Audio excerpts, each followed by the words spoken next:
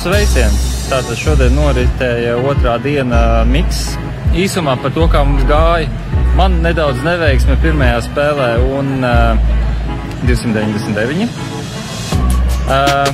Kas man liekas personīgais rekords šādā turnīrā, par ko es ļoti priecājos, un līdz 4. spēlē ļoti labi turējos, un tad pēc tam sākās nedaudz nedienas, ja tā var teikt, bišķītiņi arī netiktu galā ar savu galvu un jau Un bišķi rezultāts nokritās. Viena spēle bija 180. Tad vēl gadījās pāris neaizvērti spairi, kur vienu, jā, es pats aizmetu garām, bet tad vēl daži labi man sanāca tādi, kur man kāja neizslīdēja, jo mēs, kad aizgājām uz otru zāles galu, tur approči neslīdēja, un tur bija tā, ka es pāris reizes ieķēros un gandrīz aizlidoju uz celiņu, un jā, pat pirmajam ķeklim netrāpīja. Bet tā kā vienā galā, kur mēs sākam, tur atkal vienā celiņā bija pa slideni, es kaut kā kāju izslīdēju, gandrīz arī uz otru pusi nokrist un neaizver 10. Bet tas, jā, varēja nokrist, varēja nenokrist, kā ir, tā ir, jā, bišķi daudāt ķegļi, varēja būt labāk, bet, kopumā es esmu ļoti apmierināts par savu sniegumu,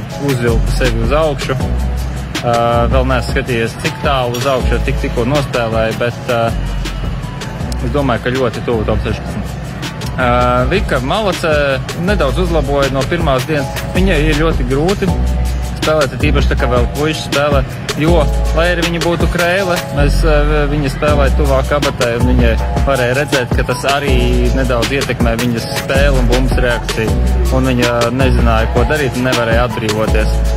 Labi, ka viņa kļūdījās tik tālu, ka varēja kreiso strēks uzmest iepšu viņas situācijā labos, kas arī nav slikti, tas palīdzēja, bet bija šādi tādi stresa momenti, kuros viņa pa pāris spairiem tomēr aizmeta garām un emocijas lika pa sev manī. Tomēr cilvēkam pirmo reizi šāda liela pieredze. Palīdzēja tas, ka es esmu blakus, bet nervi lika pa sevi manī. Nekas, vēl ir viena diena priekšā un redzēsim, kā mums tad ies. Tā kā jā, es centīšos cik varu un skatīsimies, cik tālu mēs tiksim. Tā kā jā, paldies, ka jūtat līdzi, to var redzēt, un tā turpiniet. Mēs turpināsim darīt to, kas mums ir jādara, un cīnīsimies, cik vien varam. Paldies!